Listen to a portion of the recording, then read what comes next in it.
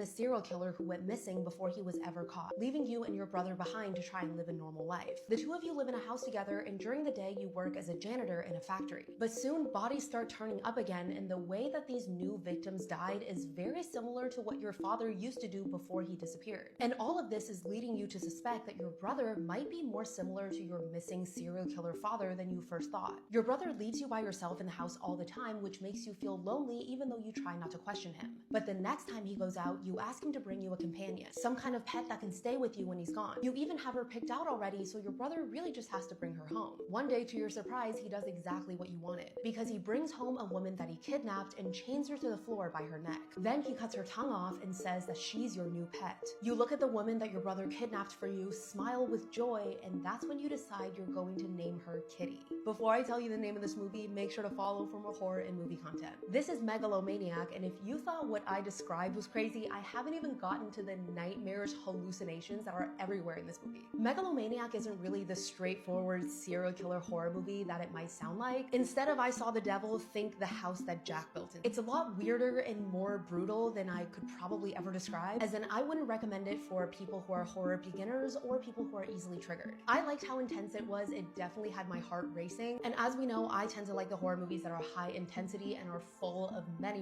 twists and turns. So check out Megalomaniac if you dare, truly, and follow for more.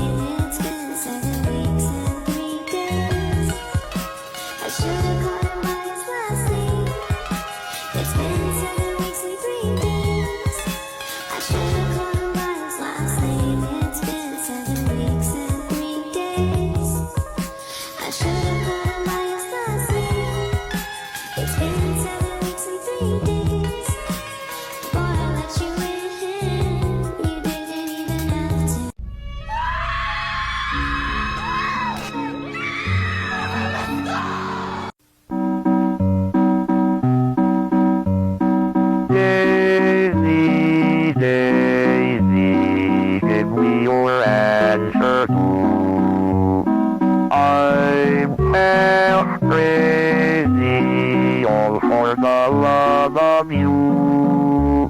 It won't be a stylish marriage, I can't afford a carriage, but you look sweet upon the seat of a bicycle built for two. Imagine if your mother used to be a famous singer until she suddenly got sick and was forced to quit. No doctors could figure out what was wrong, and her health just kept getting worse until eventually she couldn't even get out of bed by herself. So as her oldest daughter, you gave her a bell that you leave next to her bed, telling her that whenever you hear her ringing the bell, you'll know that she needs something. But one night you're woken up in the middle of the night to the sound of your mother ringing the bell non-stop. You quickly get out of bed and rush into her bedroom to see what's wrong. And that's when you see your mother, who's been bedridden for 3 years, standing up straight and staring out the window in complete silence. You walk up to her and almost tap her on the shoulder to ask what she's staring at and how she could have possibly gotten out of bed all by herself. But that's when you hear the sound of the bell ringing again and see your mother still in bed with a horrified look in her eyes, frantically ringing the bell to warn you about the woman standing right next to you. The woman, or entity that was staring out the window, turns around and you see that she somehow looks exactly like your mother, but with a wide inhuman grin plastered on her face. And all of that was just the beginning of this terrifying horror movie that you need to check out. Before I tell you the name of this movie, make sure to follow for more horror and movie content. This is Satan's Slaves, an Indonesian horror movie by Joko Anwar. I'll eventually make a video about the sequel too, which was also really good. But if you're looking for a supernatural horror movie with a great plotline that will also really creep you out, then this is it for you.